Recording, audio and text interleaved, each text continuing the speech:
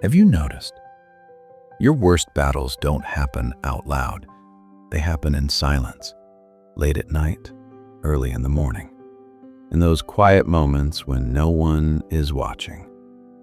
You worship, you pray, you believe in God, but the thoughts still come. Fear, anxiety, self-doubt, old accusations on repeat. And you start wondering, why can't I control my own mind? But what if the problem isn't that you're weak? What if you were never taught how the battle actually works? The Bible says, "As a man thinks in his heart, so is he." Book of Proverbs 23:7. Your thoughts are not random. They are shaping your life. But most believers fight the wrong enemy. We blame people. We blame circumstances. We blame emotions. Yet Scripture says the real war happens in the mind. Take every thought captive. Second Epistle to the Corinthians 10:5. Notice, it doesn't say ignore your thoughts. It says arrest them. Because thoughts don't just appear. Fear positions itself as wisdom. Anxiety disguises itself as responsibility. Negative self-talk pretends to be humility.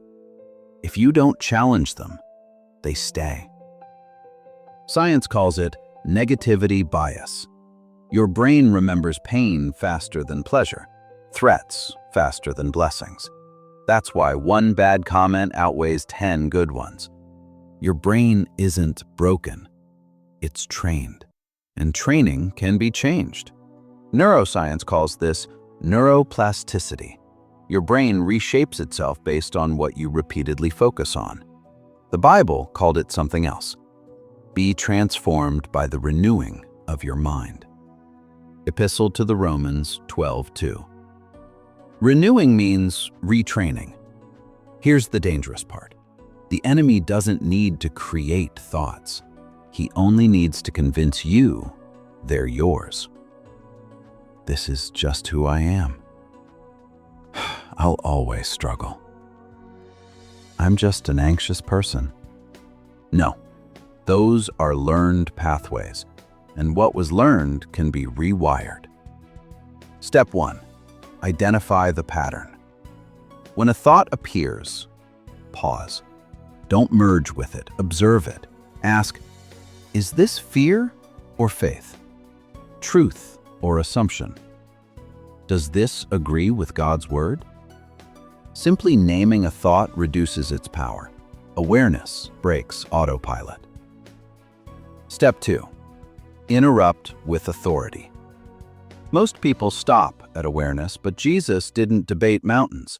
In Gospel of Mark 11:23, he said, "Whoever says to this mountain," he didn't say, "think." He said, "Speak."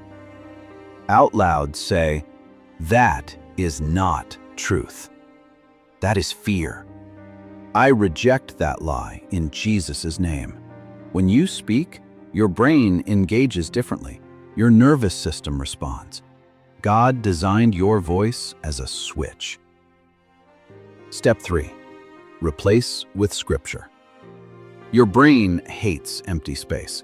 If you remove a thought and don't replace it, it returns stronger. So speak truth. For fear, God has not given me a spirit of fear. Second Epistle to Timothy 1:7.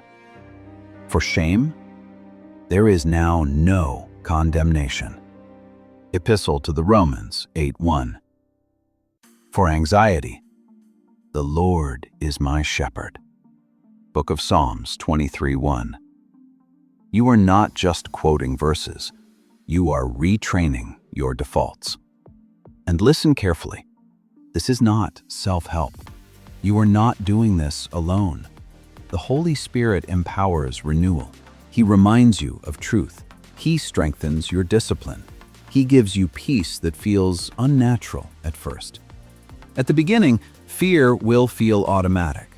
But one day, if you stay consistent, peace will respond before panic. That is renewal happening. For the next 7 days, every negative thought that enters your mind, catch it, command it, replace it. Don't wait for emotions to change.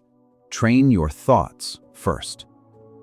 If this message hit home, type, "I am renewing my mind." Not for engagement, but as a declaration. Your brain hears repetition. Your spirit aligns with truth.